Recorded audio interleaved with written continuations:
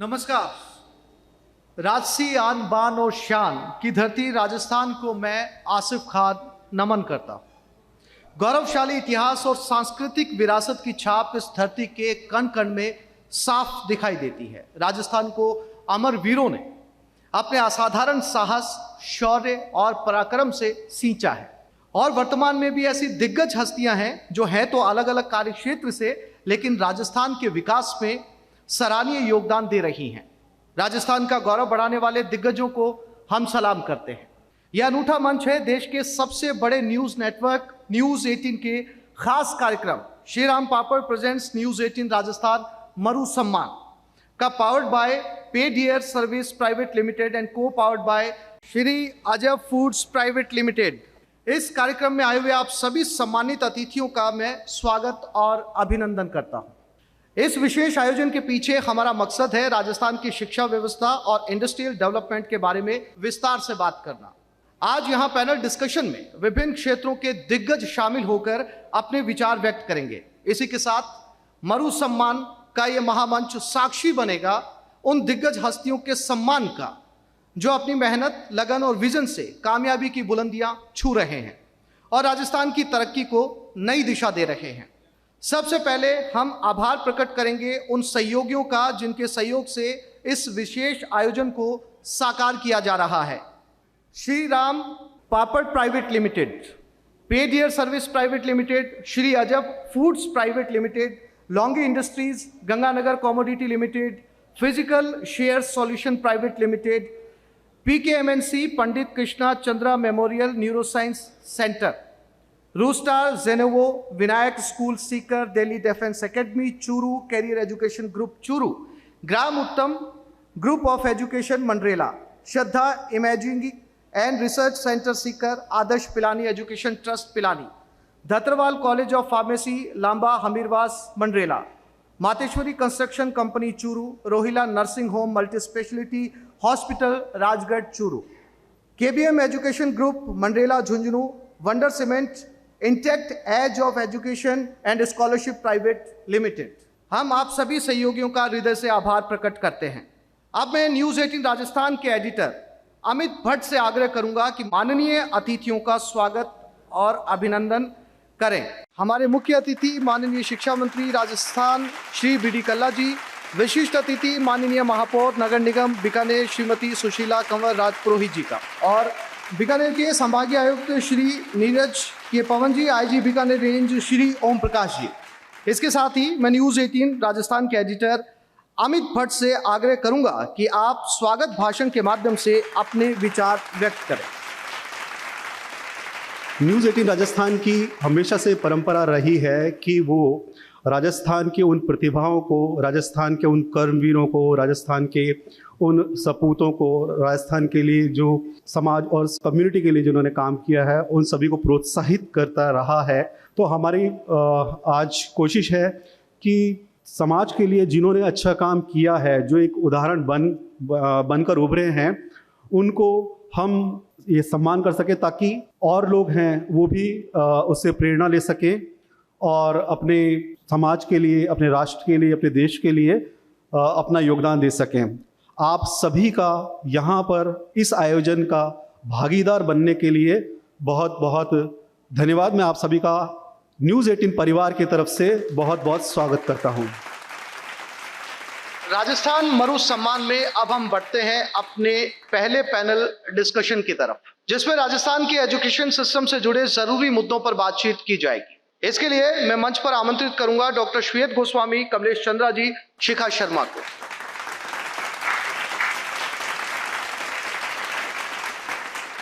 बहुत स्वागत आप तीनों अतिथियों का मंच के ऊपर। एक बार फिर से सभी के साथ इनका तारुफ करवा देते हैं, फिर डिस्कशन को आगे बढ़ाते हैं। हमारे साथ शाना इंटरनेशनल स्कूल से कमलेश चंद्रा जी हैं, आप सीईओ हैं। Vinayak school Sikar Shikha Sharma academic director हैं, और हमारे साथ question synthetic institute doctor Shwet Goswami, आप भी डायरेक्टर हैं। सबसे पहला सवाल कमलेश जी मेरा आपसे है। आप बीकानेर के शाना इंटरनेशनल स्कूल में स्थित आपके संवित गुरुकुलम में दिल्ली, पंजाब, हरियाणा, असम, महाराष्ट्र, मध्य प्रदेश, गुजरात और विदेशों से भी स्टूडेंट आकर पढ़ रहे हैं। क्या वजह है? आपने पूरा भारत ले लिया और साथ में विदेश भी। हम लोग यहाँ शाना इंटरनेशनल स्कूल और संवित गुरुकुलम में जो एजुकेशन का पर्सनलाइज करिकुलम मॉडल है उसको जी। प्रैक्टिस करते हैं। जी हर एक बच्चा पढ़ाई में अपने एक अलग स्तर पर है, लेकिन करंट शिक्षा प्रणाली में अगर कोई बच्चा 8वीं कक्षा में है तो हम उसे 8वीं की ही किताबें, 8वीं का ही सिलेबस पढ़ाते हैं। हमारे गुरुकुलम में हम कहते हैं बच्चा जहाँ पर है वहाँ से पढ़ाना शुरू करें। और बहुत बार बच्चे जो है 8वीं क्लास में है लेकिन उसको 5वीं का भी नहीं आता, उसे 6ठी का भी नहीं आता, इसलिए हमने पर्सनलाइज्ड करिकुलम मॉडल को अपनाया है। हम हर बच्चे को उसकी क्षमता का आकलन करते हैं, वो कहाँ कितना क्या जानता है कौन से विषय में जी। और उसके अनुरूप फिर वहीं से जितना जानता है वहीं से हम उसको सिखाना शुरू करते हैं। और यही वजह है देश भर से माउथ पब्लिसिटी की वजह से बच्चों में जब सुधार होता है, इंप्रूवमेंट होता है तो दूर दूर से लोग आते हैं। शिखा जी, मेरा सवाल अब आपसे है। आप भी स्वयं एक संस्था में बतौर एकेडमिक कोऑर्डिनेटर हैं, तो आपकी संस्था और आपके बारे में हमारे दर्शकों को अवगत करवाइए। हमारे डायरेक्टर सर हैं मिस्टर रमेश जी शास्त्री जी सर, उन्होंने इस स्कूल की स्थापना 2005 में की। आज लगभग 17 साल हो गए जी। 17 साल के अंदर बहुत सारे एजुकेशन अचीवमेंट्स भी हुए हैं, जैसे कि 2014 के अंदर पहली डिस्ट्रिक्ट मेरिट आई थी, देन 2016 के अंदर state merit and district merit दोनों आई, arts and science stream, both the stream. So जो ये स्कूल है, सर ने बहुत ही ज़्यादा एजुकेशन सिस्टम को ध्यान में रखते हुए कि क्या क्या कमी होती है अगर बच्चे को हम लेके आते हैं स्कूल के अंदर, तो किन किन इम्पोर्टेंट पॉइंट्स पर ध्यान रखना चाहिए। जी डॉक्टर श्वेत गोस्वामी जी, आपसे बड़ा महत्वपूर्ण सवाल है, चूंकि रोजगार से जुड़ा हुआ भी है। नीट और JEE एग्जाम की तैयारी कब से स्टार्ट कर देनी चाहिए, जो हमारे नौजवान सुन रहे हैं? नीट और जेई दोनों के अंदर कंपटीशन बहुत बढ़ गया है। नीट के अंदर अगर आप देखें तो 18 लाख से ज़्यादा रजिस्ट्रेशन इस साल हुए हैं और इसी के आसपास जेई में रजिस्ट्रेशन होते हैं। पेरेंट्स और बच्चे जो चाहते हैं वो 9th से ही शुरू हो जाते हैं, तो 9th में 11th और जितने भी कोचिंग संस्थान है राजस्थान में जी। उस पे 9th में 11th का कोर्स कर लेते हैं बच्चे और 10th में 12th का कोर्स कर लेते हैं। उस वजह से वो विद 12th आसानी से 720 आउट ऑफ 720 मार्क्स इस बार अचीव किए हैं बच्चों ने। तो इसका मतलब जो जिस तरह का कंपटीशन ये हो गया है उसके अंदर अर्ली स्टार्ट करें तो ज़्यादा अच्छा होगा। जी शुक्रिया। कमलेश जी, आपसे बड़ा महत्वपूर्ण सवाल है। हमारे रिपोर्टर्स ने बताया कि आपके स्कूल के बच्चों को पूरी डिक्शनरी याद है। हम उसको कहते हैं कि ये एक एग्जाम है, इस एग्जाम में बहुत सारे मेमोरी बेस्ड क्वेश्चंस आते हैं, तुमको ये याद रखना है। बच्चे भूले हैं, पलट के पूछते नहीं, ये याद रहेगा कैसे, उसकी कोई तकनीक, उसकी कोई विधि तो आपने हमें सिखाई नहीं। तो जो कॉग्निटिव डेवलपमेंट है, कॉग्निटिव डेवलपमेंट मेरी मेमोरी, मेरा सोचने का तरीका, मेरा एकाग्रचित होने का तरीका, मेरी टाल मटोल क्या, तो लर्निंग की जो स्किल्स हैं, लाइफ की जो स्किल्स हैं, वो बच्चे को हम अगर सिखाएंगे नहीं तो पढ़ाई उसके लिए एक बोझ हो जाएगी। तो बच्चे को भी अगर सीखना कैसे है, लर्निंग टू लर्न, अगर उसे आता है तो उसके लिए पढ़ाई एक आनंद की प्रक्रिया होगी। और हमारे यहाँ बच्चे इसी आनंद की वजह से ऐसी चीजें सीख जाते हैं जो हमको लगता है अरे इतना जल्दी आपने इतना कर लिया। तो that is the reason sir. बहुत महत्वपूर्ण बात है। शिखा जी, मैं आपके पास आता हूं क्योंकि बात क्वालिटी एजुकेशन की चल रही है, तो आपके अनुसार क्वालिटी एजुकेशन क्या है? क्वालिटी एजुकेशन जो इंडिकेट करता है, मेरे अकॉर्डिंग सबसे पहले क्वालिटी एजुकेशन के लिए स्टूडेंट के अंदर सेल्फ डिसिप्लिन होना बहुत जरूरी है। जी। अगर स्टूडेंट सेल्फ डिसिप्लिन है तभी वो स्टूडेंट एक एनवायरनमेंट, एक एजुकेशन एनवायरनमेंट क्रिएट कर सकता है, एक ओरा क्रिएट कर सकता है। और एजुकेशन सेल्फ डिसिप्लिन के साथ साथ में स्टूडेंट का हार्ड वर्किंग। अब सिर्फ और सिर्फ किसी भी क्वालिटी एजुकेशन या अगर हम बोले किसी स्कूल का बेहतर रिजल्ट जो आता है वो सिर्फ और सिर्फ स्टूडेंट पे डिपेंड नहीं करता है। अगर स्कूल के अंदर अगर वेल क्वालिफाइड और डिसिप्लिन स्टाफ है, वो अगर प्रॉपर हार्ड वर्क करता है स्टूडेंट के साथ में, then only we are able to achieve the quality education and quality result. Doctor Shwet Goswami जी, चूंकि मैंने जी और नीट से जुड़ा आपसे सवाल पूछा था, लेकिन अगर किसी वजह से नीट या जी में सिलेक्शन नहीं होता है तो क्या ऐसे नौजवानों के लिए, युवाओं के लिए बेहतर विकल्प होगा? बहुत सारे और भी कोर्सेज हैं, जैसे आजकल नए नए कोर्सेज आ रहे हैं कुछ, जिनमें से एक मैं BPO का कोर्स कहना चाहूँगा। नकली पैर, नकली हाथ, इस तरह की चीज़ें की जाती हैं, तो उसके कोर्सेज जो हैं वो करवाए जा रहे हैं। आजकल बॉम्बे में है कॉलेज, तो bachelor of prosthesis and orthotic, उसमें जाया जा सकता है।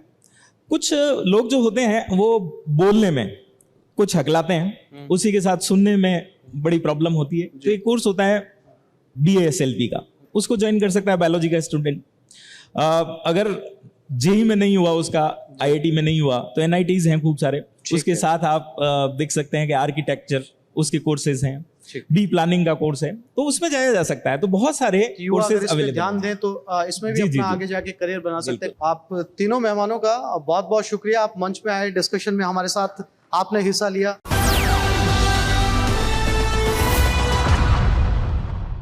हम आगे बढ़ेंगे अपने दूसरे पैनल डिस्कशन की तरफ, जिसमें राजस्थान के इंडस्ट्रियल डेवलपमेंट से जुड़े तमाम बिंदुओं पर चर्चा की जाएगी। इसके लिए मैं मंच पर बुलाना चाहूंगा हमारे सहयोगी सुधीर कुमार शर्मा। न्यूज18 राजस्थान का मधु सम्मान का आयोजन हो रहा है बीकानेर की इस धरती पर, और बीकानेर की इस धरती के जो उद्योगपति है, बीकानेर संभाग के जो उद्योगपति है, उनमें से कुछ नाम है जो उद्योग जगत के बारे में चर्चा करने के लिए मेरे साथ मौजूद रहेंगे। मैं उनको आमंत्रित करता हूं। पीएस इन्वेस्टमेंट के सीईओ पीयूष संघारी जी को, वो कृपया मंच पर पधारें। जब्स इंडिया के सीईओ राकेश प्रजापति जी हैं, उनसे मैं निवेदन करूंगा कि वो मंच पर आएँ। गंगानगर कमोडिटी के सीईओ रवि सिंगल साहब से मैं निवेदन करूंगा कि वो आएँ। पेडियर के सीईओ विनोद परियार साहब से मैं निवेदन करूंगा कि वो मंच पर पधारें। सबसे पहले मेरा सवाल रहेगा गंगानगर कमोडिटी लिमिटेड के रवि सिंगल साहब से, किस तरह से रोजगार के सृजन की जो बात होती है वो किस तरह से कोर्सेज हों जिससे कि नए जो बदलते हुए भारत में उनको रोजगार मिल सके। मैं जो छोटे एरिया से टीयर 3 टीयर 4 सिटी से जो लोग आते हैं उनकी बात कर रहा हूँ, क्योंकि ऐसे करीब करीब सैकड़ों बच्चों का मैं हर महीने इंटरव्यू करता हूँ। ये बच्चे स्टार्ट करते हैं अपनी एजुकेशन का, पहले 12वीं करेंगे, उसके बाद अपनी बीए कर लेंगे, वो भी ज़्यादातर लोगों ने प्राइवेट की होती है। इसके बाद ये 2-3 साल सरकारी नौकरी ढूंढते हैं, सरकारी नौकरी मान लीजिए नहीं मिलती, फिर ये कहीं जाके प्राइवेट जॉब देखने के लिए आते हैं। इसकी बजाय अगर वो कोई अच्छा कोर्स कर ले, अच्छा कोई एक एजुकेशन ले ले, ज़्यादा नहीं सिर्फ 1 साल अपनी लाइफ का वो खर्च कर दे, तो इमीडिएटली पहले साल की जो सैलरी है वो करीब 3 गुना हो जाती है, और इसके बाद भी लाइफ टाइम उसको वो चीज़ सपोर्ट करती है। अब बात आती है कि कौन कौन से कोर्सेज ऐसे हैं जो किसी को करने चाहिए। जैसे जो अच्छे घरों से बिलोंग करते हैं वो MBA इन फाइनेंस कर सकते हैं, जिसमें करीब 2 साल लगते हैं और करीब 5 से 7 लाख रुपए का खर्चा आता है। इसके अलावा इंडस्ट्री स्पेसिफिक की बात करूं तो यूएस के कुछ इंस्टीट्यूट हैं, जैसे यूएस में CFA का कोर्स है और FRM का कोर्स है। ये इतने अच्छे कोर्सेज हैं, अगर बच्चा 2 साल डेडिकेटेडली पढ़ाई करके कोर्स कर ले तो इमीडिएटली उसकी 10 से 12 लाख रुपए की सैलरी अच्छे शहर में लगती है।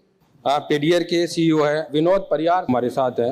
पेडियर जो है वो किस तरह से ग्रामीण क्षेत्रों में किस तरह से काम कर रहा है? यहाँ से 150 किलोमीटर दूर बिकमपुर एक गांव है छोटा सा, वहाँ से मैं बिलोंग करता हूँ। तो वहाँ मैंने देखा कि एक SBI की एक ब्रांच है, उस ब्रांच के अंदर जो बैंकिंग सुविधा है वो प्रॉपर नहीं थी। तो उस टाइम पे मैंने थोड़ा सा देखा कि यार है ना, यहाँ पे एक गैप है जिसको हम पूरा कर सकते हैं। गांव के अंदर किसी भी तरीके से हम शहरी और ग्रामीण का जो गैप है वो गांव में कैसे पूरा किया जाए। जी, तो उस समय मैंने देखा कि यार हाँ, इस गैप को हम कैसे पूरा कर सकें। तो फिर मैंने पेडियर शुरू किया। हमने पहले कंपनी का नाम साइबर नेटवर्क प्राइवेट लिमिटेड था, फिर काम बड़ा हुआ तो हमने अपना वेंचर अलग करके पेडियर सर्विसेज अभी 2021 में अलग कर दिया उसको। और आज मैं गर्व के साथ कह सकता हूँ कि पेडियर राजस्थान का नंबर 1 पेमेंट पोर्टल है जो गांव के अंदर काम करता है। हमारे राजस्थान के अंदर 25 डिस्ट्रिक्ट्स के अंदर हमारे खुद के ऑफिस हैं और 25,000 रिटेलर जो एजेंट्स है, दुकानदार है, उनके साथ हम आज काम कर रहे हैं। और वो लोग गांव के अंदर उसका जो रेगुलर कस्टमर है उसको बैंकिंग सर्विसेज दे सकता है। बैंकिंग के अलावा loan services, finance services, insurance services, यानी कोर बैंकिंग के साथ में भी सपोर्टिंग बैंकिंग भी हम एक ही प्लेटफॉर्म पे तमाम चीजें उसको वहाँ ग्रामीण क्षेत्र में मिल जाती है। मेरे साथ जब्स इंडिया के सीईओ राकेश प्रजापति जी मेरे साथ है। भारतीय जो अर्थव्यवस्था है उसमें डिजिटल जो क्रांति आई है उसमें कितना बड़ा योगदान मानते हैं आपके? डिजिटलाइजेशन होने के बाद में क्या हिंदुस्तान की जो इकोनॉमिक ग्रोथ है वो बढ़ी है? डिजिटल ग्रोथ है बहुत हैवी एक्सट्रीम लेवल पे बढ़ी है। अपन बोल सकते हैं ऑफलाइन के अंदर हम लोग एक जगह सीमित रह जाते हैं, मतलब कोई बहुत बड़ा क्राइटेरिया कवर नहीं कर सकते हैं, लेकिन डिजिटल के अंदर हम लोग पूरा इंडिया एक साथ कवर कर सकते हैं। सो मेजरली इससे इकोनॉमिक ग्रोथ तो होगी और इसके साथ ही मैन वर्किंग जो हो रहा है, एम्प्लॉयमेंट सबसे ज़्यादा क्रिएट होगा इससे। तो डिजिटल के अंदर ग्रोथ तो हुई है बहुत ज़्यादा। पीयूष संघारी जी मेरे साथ जुड़े हैं, सीईओ हैं आप पीएस इन्वेस्टमेंट के। युवा हैं, इन्वेस्टमेंट की बात होती है, निवेश जिस देश में सबसे ज़्यादा आता है उस देश का विकास भी तेज़ी से होता है। फॉरेन निवेश जो है वो कितना कारगर होता है उस देश के डेवलपमेंट में। हमारे बीकानेर में कारपेट इंडस्ट्री है, वूलन इंडस्ट्री है, उन लोगों को पैसा बाहर से आता है। मान लीजिए वो एक्सपोर्ट कर रहे हैं, यूएस से एक्सपोर्ट कर रहे हैं, यूरोप में एक्सपोर्ट कर रहे हैं, तो पैसा वहाँ पे डॉलर्स में आना है, यूरो में आना है, तो उनका जो पैसा है वो अनिश्चित रहता है, क्योंकि डॉलर और यूरोपियन जो करेंसी है वो फ्लक्चुएट होती रहती है ऊपर या नीचे। तो फॉरेक्स जो निवेश है उसमें हम लोग उसका प्रयोग कर सकते हैं कि हम पहले से ही डॉलर को परचेज कर सकें, जिससे कि वो हमारी हैज हो जाए, मतलब कि हमें उसमें लॉस होने के चांसेस बहुत कम हो जाते हैं। तो ये एक लॉस से बचने के लिए सबसे अच्छा प्रावधान है कि फॉरेक्स में निवेश करना चाहिए। जो भी लोग एक्सपोर्ट इंपोर्ट से जुड़े हुए हैं उनको तो करना ही करना चाहिए। हाँ रवि सिंघल जी, मेरा सवाल रहेगा कि शेयर मार्केट को देखें तो सरकार की और शेयर मार्केट की भूमिका का किस तरह से विवेचन करेंगे आप? एक छोटी सी चीज़ मुझे जो गवर्नमेंट से उम्मीद है वो ये है कि जैसे अभी मैं NSC के नॉर्थ ऑफिस जो नॉर्थ के हेड है उनसे मिला, उन्होंने मुझे एक बात कही कि आप लोग राजस्थान में इतने टैलेंटेड लोग हैं आपके यहाँ पर, क्यों नहीं आपके यहाँ पर ऐसे इंस्टीट्यूट्स हैं जो पर्टिकुलरली शेयर मार्केट के कोर्सेज करवाते हैं? आप क्यों नहीं ऐसे लोगों को रिकॉग्नाइज करते? कहते बॉम्बे में, दिल्ली में इतनी रिक्वायरमेंट है, इतनी जॉब्स हैं, हम लोगों को राइट कैंडिडेट नहीं मिलते। तो इसमें इंडस्ट्री के अंदर थोड़ा सा गैप है कि कैंडिडेट्स को हम रिकॉग्नाइज करें और उनको थोड़ा सा ट्रेनिंग देकर फिर इसके अंदर लेकर आए सिस्टम में। तो सरकार यहाँ पर एक भूमिका निभा सकती है कि ऐसा कोई प्लेटफॉर्म हम लोगों को दे जहाँ पर बिजनेसमैन और ये जो बच्चे हैं, इंडस्ट्री के जो बच्चे हैं, ये कहीं पर कनेक्ट कर पाए। जी विनोद जी मेरे साथ है। विनोद जी, नया स्टार्टअप शुरू करता है, युवा आता है, पढ़ के अपनी डिग्री लेके आता है, अलग अलग सेक्टर की अलग अलग डिग्री के साथ आता है। नया जो स्टार्टअप शुरू करने में किस तरह की दिक्कत आती है और उसको किस तरह से दूर किया जाए? सबसे बड़ी समस्या जो आएगी वो स्टाफिंग की आएगी, और दूसरा होगा लोगों का ट्रस्ट। नए कंपनीज को लोग इतना जल्दी ट्रस्ट नहीं करते, वो कहते हैं यार तुम बच्चे हो। लेकिन मैं कहता हूँ कि यार बिजनेस करने के लिए शायद उम्र की आवश्यकता नहीं है, आपके अंदर एक प्रॉब्लम सॉल्विंग मेंटेलिटी होनी चाहिए, आपके पास में एक प्रॉब्लम होनी चाहिए और उस प्रॉब्लम का एक सोल्यूशन होना चाहिए। अगर आपके पास में ये है तो आप वो काम कर सकते हो और वो काम लंबा चल सकता है। राकेश जी, आपसे महत्वपूर्ण सवाल रहेगा क्योंकि ई कॉमर्स का पूरा जमाना चल रहा है। शहरी क्षेत्र में तो पूरा ई कॉमर्स पूरा चल रहा है, लेकिन गाँव तक पहुँचाने के लिए किस तरह से प्रयास करने होंगे? स्टिल टायर 3 टायर 4 सिटीज़ और रूरल सिटीज़ के अंदर कस्टमर बेस पूरा ऑनलाइन के अंदर खाली है, बट मोस्टली जैसे हमारा ही ब्रांड है वो मोस्टली EMI बेस्ड कंपनी है, तो स्टिल एक रूरल एरिया में एक बड़ा अमाउंट स्पेंड करना एक चैलेंज होता है। बट हम लोगों ने उसका एक सिंपल सॉल्यूशन, 0 डाउन पेमेंट्स पे प्रोडक्ट प्रोवाइड करना। इसके रीजन में डिजिटल ई कॉमर्स कंपनियाँ जो रन हो रही है उसमें आज के दिन चाहे फर्नीचर हो चाहे इलेक्ट्रॉनिक्स हो, ये इजीली वो परचेज कर पा रहे हैं और इससे रूरल पब्लिक है जो टायर 3 टायर 4 सिटीज़ को इजीली हम लोग टारगेट कर पा रहे हैं। और इवन हम लोग ही नहीं, जो भी ई कॉमर्स के अंदर टायर 3 टायर 4 सिटीज़ पे फोकस्ड है वो काफ़ी अच्छा कर रहे हैं, और कहीं ना कहीं जो पैसा है वो टैक्स के रूप में गवर्नमेंट को भी मिल रहा है और कहीं ना कहीं उससे जो परचेजिंग हो रही है उससे एम्प्लॉयमेंट भी जनरेट हो रहा है। पीयूष जी से सवाल रहेगा, बड़ा संक्षिप्त में जवाब दें कि डिजिटल करेंसी अथवा क्रिप्टो करेंसी में निवेश में क्या चुनौतियाँ आती है, किस तरह से इनसे सावधान भी रहे, किस तरह से अपनी मनी को भी बढ़ाए? मेट्रो सिटीज में हर युवा, उसके हाथ में एक ऐप रहती है और वो दिन भर उस ऐप को देखता रहता है और वो कहता है मैंने ये बाय कर लिया, ये सेल कर लिया। लेकिन अगर वो उसका कोई रेगुलेटर नहीं होने की वजह से अगर वो ऐप या कंपनी बंद हो जाए तो फिर वो सरकार को कोसेगा कि मेरे पैसों को क्या हुआ। क्योंकि जब तक रेगुलेटर नहीं है तो मेरी राय सबको यही है कि इसमें नहीं घुसना चाहिए, इसमें सावधान रहना चाहिए। या फिर सरकार रेगुलेटर बनाए? सरकार काम चल रहा है, लास्ट बजट में ही इस पे टैक्सेशन का भी प्रावधान आया है, तो आगे चल के इस पे कहीं ना कहीं प्रावधान आएगा, क्योंकि जैसे जैसे इसका इंडस्ट्री ग्रो होएगी वैसे वैसे इसका रेगुलेटर भी आएगा। चर्चा बहुत है आप लोगों से क्योंकि यंग एंटरप्रेन्योर हो आप, लेकिन समय की अपनी एक बाध्यता है, इसलिए मैं आपसे इजाज़त चाहूँगा। फिलहाल इतना ही।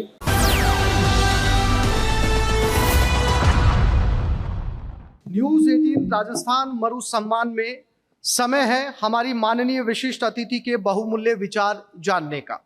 महापौर नगर निगम बीकानेर श्रीमती सुशीला कंवर राजपुरोहित जी, कृपया मंच पर पधारिए और अपने विचारों से हमें अवगत करवाइए। जोरदार तालियों के साथ स्वागत कीजिए सुशीला कंवर राजपुरोहित जी का। आज के कार्यक्रम न्यूज़ 18 राजस्थान मरु सम्मान, बहुत ही आभार न्यूज़ 18 परिवार का, ये एक पैनल जो डिस्कशन हुआ उसके बारे में मैं बोलना चाहूँगी कि 2 ऐसी चीज़ों पे यहाँ पे पैनल डिस्कशन हुआ। एजुकेशन, जो कि हम माने कि जो 20 साल तक है वो बहुत इंपॉर्टेंट है और किस तरह से हमें अपने बच्चों को गाइडेंस करना, बहुत से पेरेंट्स भी हैं तो बहुत से आइडिया मिलेंगे होंगे। दूसरा चीज़ है इसके बाद जो हुआ व्यापार पे, तो वो भी लाइफ की बहुत इंपॉर्टेंट जर्नी है। तो अगर हम लाइफ को 2 जर्नी में डिवाइड करें तो यही 2 जर्नी है, एजुकेशन एंड बिजनेस। तो इन चीज़ों पे पैनल डिस्कशन बहुत अच्छा सराहनीय कदम था। मरु सम्मान, हमारे मरुधरा जब बात आता है तो हमारे बीकानेर का ही नाम आता है। तो जब मरु का सम्मान की बात है तो हमें हमारी मरु भूमि का भी सम्मान करना चाहिए। नगर निगम के महापौर होने के नाते या नगर की प्रथम नागरिक होने के नाते मैं सबसे हाथ जोड़ के रिक्वेस्ट करती हूँ कि इस मरुधरा को स्वच्छ, सुंदर और हरित बनाने में भी अपना योगदान दें, क्योंकि ये हमारी जन्मभूमि है, हमारी कर्म भूमि है और इसके लिए जितना योगदान हम दे सकते हैं बिल्कुल हमारा, कहते हैं ना, जीवन सार्थक हो जाएगा। और शिक्षा के बाद में बहुत अच्छी अच्छी चीज़ें मुझे अभी जानने को मिली कि हम बच्चों, मैं भी एज अ मदर बहुत प्रेशर डालती हूँ, पढ़ाई कर लो, होमवर्क कर लो, ये कर लो वो, लेकिन जो चीज़ हमें समझनी चाहिए वो है कि हमारा बच्चा चाहता क्या है और उसका स्किल किस में है, किस में वो डेवलपमेंट चाहता है, उसको फोकस करना चाहिए। अभी बहुत अच्छी बात की थी गुरुकुल से कि हम जैसे ही मैथ्स में इंटरेस्ट आता है हम टॉपिक चेंज कर देते हैं, फिजिक्स में इंटरेस्ट आता है फिर चेंज करते थे। तो ऐसा हमारे साथ भी हुआ है, अगर हम 2 मिनट रुक के देखें तो हम सबके साथ हुआ है, हम सब पढ़े थे तब यही होता था। तो ये चीज़ें हमको समझनी होगी और जो रियल डेवलपमेंट चाहते हैं हम बच्चों में, ओवरऑल डेवलपमेंट, उसमें बच्चे को भी ये भी बताना चाहिए कि हम बीकानेर में रहते हैं तो इस तरह की क्या विशेषताएं हैं, हम अगर यहाँ रह रहे हैं तो हमारे पूर्वज कौन थे, उनका क्या योगदान था, अब हमारा क्या योगदान होगा इस शहर को लेके। तो ये चीज़ें हम जब बच्चों को बताने लगेंगे ना तो ओवरऑल एक डेवलपमेंट होगा। और जब वो उसको बताएंगे कि स्कूल एजुकेशन क्यों इम्पोर्टेंट है और घर में जो शिक्षा मिलती है, जो संस्कार मिलते हैं वो क्यों इम्पोर्टेंट है, तो ये सब चीज़ें हम हमारे सराउंडिंग में जब डेवलप करेंगे ना तो एक नया बीकानेर सामने आएगा। जैसे हम नए भारत की बात करते हैं वैसे हमारा नया बीकानेर होगा। न्यूज़ 18 राजस्थान का आभार कि ऐसे ऐसे प्रोग्राम्स होते रहे जहां हम एक दूसरे के जो विचार है वो एक दूसरे के आदान प्रदान कर सके और नई चीज़ें सीख सके और उन चीज़ों को आगे दे सके अपने बच्चों को या अपने सराउंडिंग में। तो सभी का बहुत बहुत धन्यवाद। न्यूज़ 18 राजस्थान का भी आभार, माननीय कल्ला साहब का भी बहुत बहुत आभार, धन्यवाद। जय हिंद, जय भारत। अब मैं मंच पर बुलाना चाहूंगा हमारे मुख्य अतिथि माननीय शिक्षा मंत्री राजस्थान श्री बी डी कल्ला जी को। मंत्री महोदय, आपसे विनम्र अनुरोध है कि कृपया मंच पर पधारें और अपने विचारों से हमें अवगत करवाएं। जोरदार तालियों के साथ स्वागत कीजिए डॉक्टर बी डी कल्ला जी का। देखिए, आज शिक्षा और व्यापार इन दोनों पर चर्चा हुई। शिक्षा जीवन में क्यों महत्वपूर्ण है? हर व्यक्ति जीवन में कुछ बनना चाहता है। किसी भी बच्चे को उठाकर पूछ लो कि बच्चे तुम क्या बनना चाहते हो, तो बच्चा कहेगा मैं डॉक्टर बनूंगा। और ज़्यादातर मैंने सर्वे किया है तो बच्चा कहता है मैं मास्टर बनूंगा, क्योंकि सबसे पहले स्कूल में जाता है, और टीचर बनूंगा। कुछ बच्चे मिलिट्री के लोगों से प्रभावित होते हैं कि मैं मिलिट्री बनूंगा, और कुछ स्पोर्ट्स से संबंधित बच्चे होते हैं वो कहेंगे मैं बड़ा होकर विराट कोहली बनूंगा। तो कहने का तात्पर्य मेरा ये है कि शिक्षा ही किसी व्यक्ति के बनने का माध्यम है। बिना शिक्षा के व्यक्ति बुद्धू तो बन सकता है लेकिन बन नहीं सकता। बनने का माध्यम केवल तालीम ही है।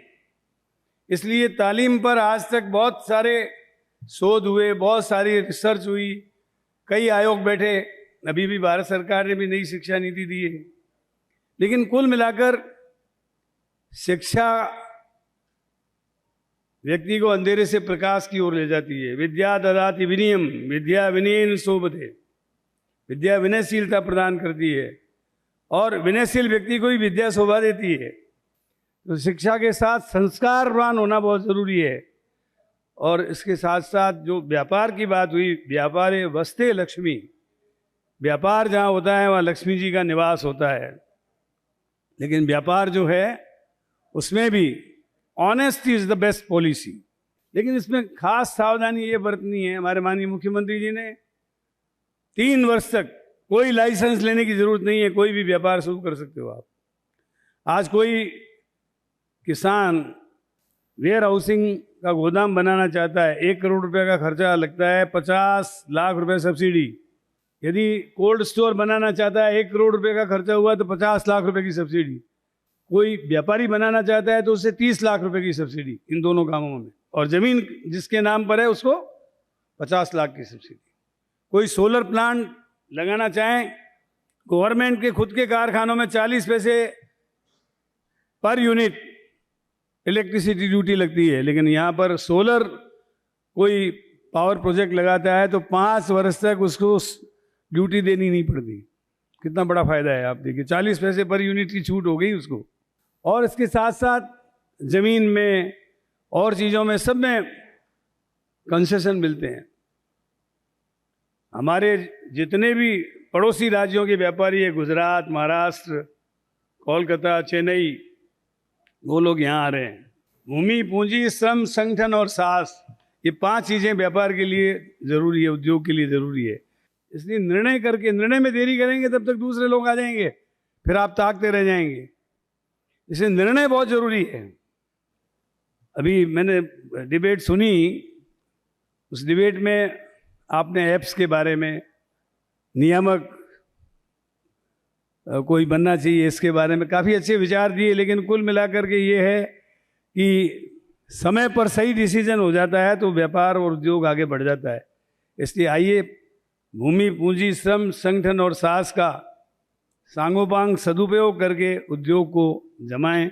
और न्यूज़ 18 को मैं धन्यवाद देना चाहता हूं कि दोनों अच्छे विषय चुने और विषय के ऊपर बहुत अच्छी चर्चा हुई।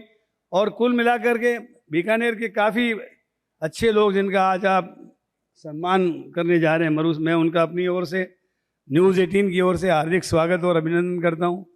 और ये कामना करता हूं कि वो और उत्तरोत्तर अभिवृद्धि करें और अस्त रहें, व्यस्त रहें, मस्त रहें, अस्त व्यस्त मस्त और स्वस्थ रहें।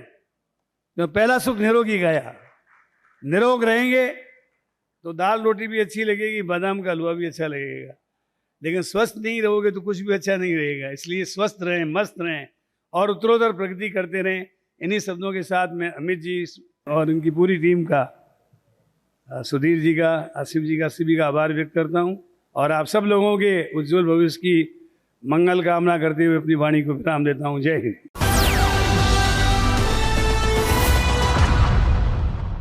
न्यूज़ 18 राजस्थान मरु सम्मान में समय हो गया है मरुधरा के उन कर्म योगियों के सम्मान का जिन्होंने अपनी उपलब्धियों से राजस्थान का गौरव बढ़ाया है और यहाँ के विकास को रफ्तार देने में सहयोग दे रहे हैं। अब मैं न्यूज़ 18 राजस्थान के एडिटर अमित भट्ट से आग्रह करूंगा कि वो मंच पर आए। सम्मान प्रदान करने के लिए मैं मंच पर बुलाना चाहूंगा हमारे मुख्य अतिथि माननीय शिक्षा मंत्री राजस्थान श्री बी डी कल्ला जी, विशिष्ट अतिथि माननीय महापौर नगर निगम बीकानेर श्रीमती सुशीला कंवर राजपुरोहित जी का। और अब सम्मान ग्रहण करने के लिए मैं आग्रह करूंगा उन दिग्गज हस्तियों का जिनके विजन, मिशन और डेडिकेशन से मरुधरा और राजस्थान विकास के नए अध्याय लिख रहे हैं। इसके लिए मैं मंच पे बुलाने जा रहा हूं सराफ फर्नीचर कुलदीप जी, डायरेक्टर। अपनी युवा सोच, हौसले और मजबूत इरादों से पुश्तैनी फर्नीचर के व्यवसाय को बिजनेस वर्ल्ड में अलग पहचान दिलाने वाले यूथ एंटरप्रेन्योर हैं श्री रघुनंदन सराफ। सराफ फर्नीचर शीशम से बने तकरीबन 6000 वैरायटी वाले फर्नीचर की मैन्युफैक्चरिंग करता है। टेक्नोलॉजी के साथ traditional home based furniture business को राष्ट्रीय और अंतर्राष्ट्रीय स्तर पर लीडिंग फर्नीचर ब्रांड बनाने वाले रघुनंदन सराफ के विजन और डेडिकेशन की न्यूज़ 18 सराहना करता है।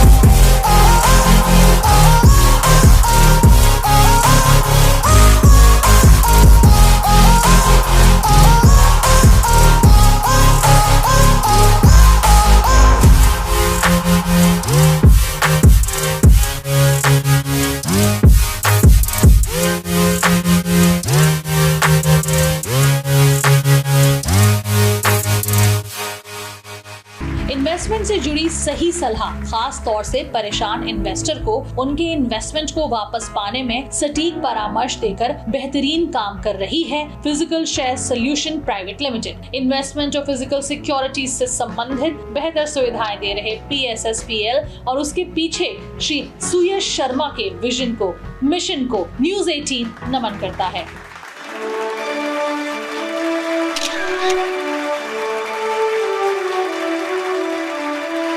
बीकानेर राउंड टेबल, अनिरुद्ध गोयल, अभिषेक संदीप। कहते हैं जो समाज शिक्षित होता है वो समाज विकसित होता है। इसी विजन और मिशन के साथ अपनी सराहनीय सेवाएं दे रहा है Bikaner round table. Bikaner round table ने कुल 15 क्लासरूम और 25 से अधिक शौचालयों का निर्माण करवाया है। साथ ही 20 से ज्यादा स्कूलों में फर्नीचर और बीकानेर के सभी स्कूलों 18,000 कारपेट्स मैट भी उपलब्ध कराई हैं। शिक्षित और स्वर्णिम भविष्य के सूत्रधार बीकानेर राउंड टेबल को न्यूज़ 18 करता है नमन। बहुत बहुत धन्यवाद। और अब समय है हमारे इस अनूठे कार्यक्रम के माननीय अतिथियों के सम्मान का। इसके लिए मेरा अनुरोध है न्यूज़ 18 राजस्थान के एडिटर अमित भट्ट से कि आप माननीय अतिथियों को प्रतीक चिन्ह भेंट करके उनके प्रति आभार प्रकट करें, जिन्होंने अति व्यस्तता के बीच कार्यक्रम में शरीक होने के लिए अपना कीमती समय निकाला और अपनी गरिमामय उपस्थिति से हमारे आयोजन की शोभा बढ़ाई। मुख्य अतिथि माननीय शिक्षा मंत्री राजस्थान श्री BD कल्ला जी, विशिष्ट अतिथि माननीय महापौर नगर निगम बीकानेर श्रीमती सुशीला कंवर राजपुरोहित जी का। इससे पहले कि हमारा कार्यक्रम समापन की ओर बढ़े, मैं मंच पर बुलाना चाहता हूं सुधीर कुमार शर्मा को। सुधीर जी, आप मंच पर आइए और उपस्थित सम्मानित अतिथियों को धन्यवाद देते हुए अपने विचारों से हमें अवगत करवाइए।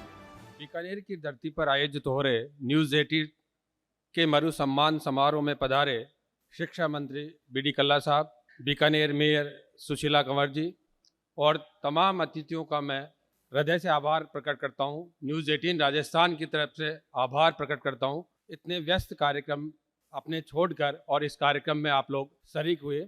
आप लोग सभी यहाँ पधारे, आपका बहुत बहुत आभार, धन्यवाद। सम्मान पाने वाले सभी दिग्गजों को बधाई। इसके साथ ही आयोजन की शोभा बढ़ाने वाले आप सभी अतिथियों को धन्यवाद भी देना चाहूंगा कि आप सभी ने अपनी मौजूदगी से आज का ये आयोजन खास बनाया। इसी के साथ अब मुझे दीजिए इजाजत। नमस्कार।